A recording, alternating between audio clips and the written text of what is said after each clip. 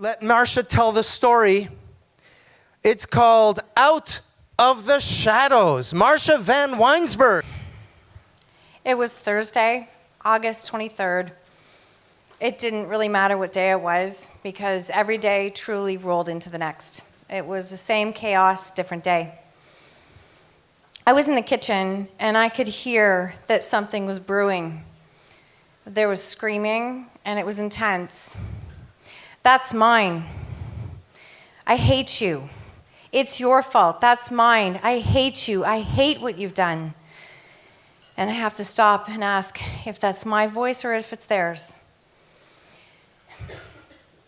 I know I have to step in, and I'm so done and so scared and so tired of all of it. Get out of the house. Get out of the house right now. I'm standing in the front door, desperately trying not to draw the attention to the neighbors. I'm praying that I can get through this moment without having to call the police again. They've been here every day this past week. And in this moment, something or someone taps me on the shoulder and says, "Get upstairs right now." My stomach dropped, and I knew something was seriously wrong. I turned and I sprinted up the stairs. And as I'm running into my son's room, I almost know what I'm going to find. I see the closet, and I see the belt, and I see him. And I run to him to hold him, telling him I loved him. And I think, Marsha, what to do next. I reach for the phone. I call 911. I'm praying for strength for both of us, all while I'm still trying to break up a fight that is going on. It is a complete out-of-body experience. I'm screaming at the phone, "Get here now, get here now." It feels like hours, and truly it's only minutes, and my house is flooded with police again. And it is another day that I have to call my husband to say, "We have a problem." And as the police are taking my son out of the house, the neighbors are all outside. They're used to this scene. They're pointing, they're watching, they're asking. And I can only imagine how easy it is to decide what is going on, and they couldn't have been more wrong. This was one of the most painful moments of my life and one of the worst things that I have ever seen. Seeing your son hanging in a closet, you just want to block that out. You just want to hide and make it go away. But you can't unsee something once you've seen it. I tried to figure out how this became my life. It didn't happen overnight, and it was about 5 years ago when we first found drugs in our home. We fought it. We always said no. It just became a monster that grew on its own. It stole our boys. It robbed our family of happiness, and it took away years that we will never get back. It completely changed the course of our lives. There was no shortage of advice from others. Be more stern. Take charge. Do you know what's going on with your boys? Why don't you do something? Be more relaxed. It's just a phase. They're all doing it. They're experimenting. Everyone is doing it. And one of my favorites, it's only pot. Everyone had advice for us. We begged for help everywhere. And we were told that because our boys were older than 14 years old, that they could decide if they wanted help, because that is the law in Canada. So as a parent, I was supposed to just sit and watch and wait for this phase to pass. My story tonight is not about my boys, and it's not about the day that I found my son hanging in the closet. And in fact, it's not even about me. It's about the lessons that I learned on this journey, a journey I did not ask for, I did not want, but it is what I have. It's with knowing with 100% certainty that I had to step out and to step up to share my story. People are hiding, they're suffering in silence, and they are hiding from the world because no one wants to talk about it.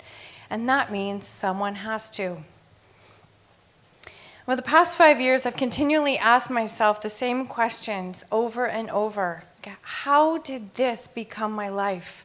How did this happen? How did we get here? Why me? Why them? And the obvious, what did I do wrong? See, the story I've always told myself about myself was that I was a fixer. I could fix anything. Hard work, put my head down, persistence, I could fix any problem. But this wasn't working, and I wasn't fixing this. The missing piece to the equation was them. They were not ready yet. The only thing that I could do was control myself and how I responded to what we had. I wish I could say that it ended there, but in a better way, but it didn't. It was about 5 days later, and we were on our way home from seeing our son at the hospital. He spent a number of days there, and my husband got home before me. And the look on his face at the front door said it all. I knew the look. We both knew the look. He had found our older son in his bed, not responding, and we had to react very quickly. We had to call for help once again. But this time it was different, because when the police came, we insisted on charges being placed. And in the middle of that chaos, and in the worst week of our lives, I found clarity in one split second. And it had become crystal clear to me that I can't fix this. It's not mine to fix anymore. And for the first time in my life, I knew what it was like to have clarity, to know what my next step had to be, and to not worry or care what anyone thought, because it just didn't matter anymore. See, I'd been asking for help for so long, everywhere I could go, but secretly hiding it from the world because I honestly couldn't believe that this was our life. When I look around, I see people who are hiding in shame, blaming themselves, blaming others, pointing fingers, feeling guilty, stuck in their stories, stuck in their head, judging each other, because we're constantly worried about what everyone else is going to think about us. Seriously? How much energy are we going to waste in that vicious circle? And how much time are we going to hide from the world and hide in the shadows, hoping and praying that no one knows our weaknesses, our stories, our faults, and our secrets? Guess what? We all have something. We all have a story. We can either choose to hide in it, or we can choose to stand on it. The more we hide in it, the more power we give to it. I learned the hard way that hiding solves nothing, it fixes nothing, and it changes nothing. I knew that if I wanted different results, I had to do something differently.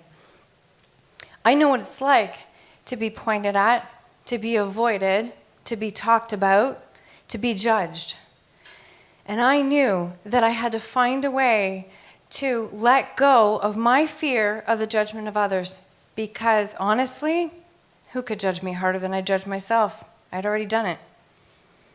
It was one of the biggest light bulbs for me to let go of. See, my story, it's not unique to me at all. It isn't. People are not responsible for the choices, the decisions, the actions of their kids, their parents, their spouse, their friends, or anyone else for that matter. We all have our own brain. We don't share it with anyone else. So if we could all stand up, let go of shame, own our stories, just imagine the amount of light we could create for each other to shine. Everyone is waiting for someone to go first, so I am here going first. When I learned to let go of my need to be the fixer and the controller, and I learned that hiding fixed nothing, and instead what it did, it was burying me in a hole that I almost didn't get out of. And I learned to let go of my shame and my blame. And instead of hiding, I decided to cast a huge spotlight on the issue, because it's time. It really is time. And when I did so, a massive weight was lifted off of my shoulders and off my heart. Who would have thought that by standing up and letting go would lead me to this point in my life where the lessons that I have learned have changed my life, and in fact, they've actually saved my life. And that is why I am just getting started with this message. Is it all better? No, we're not there yet. Do I still worry? Of course, I'm human.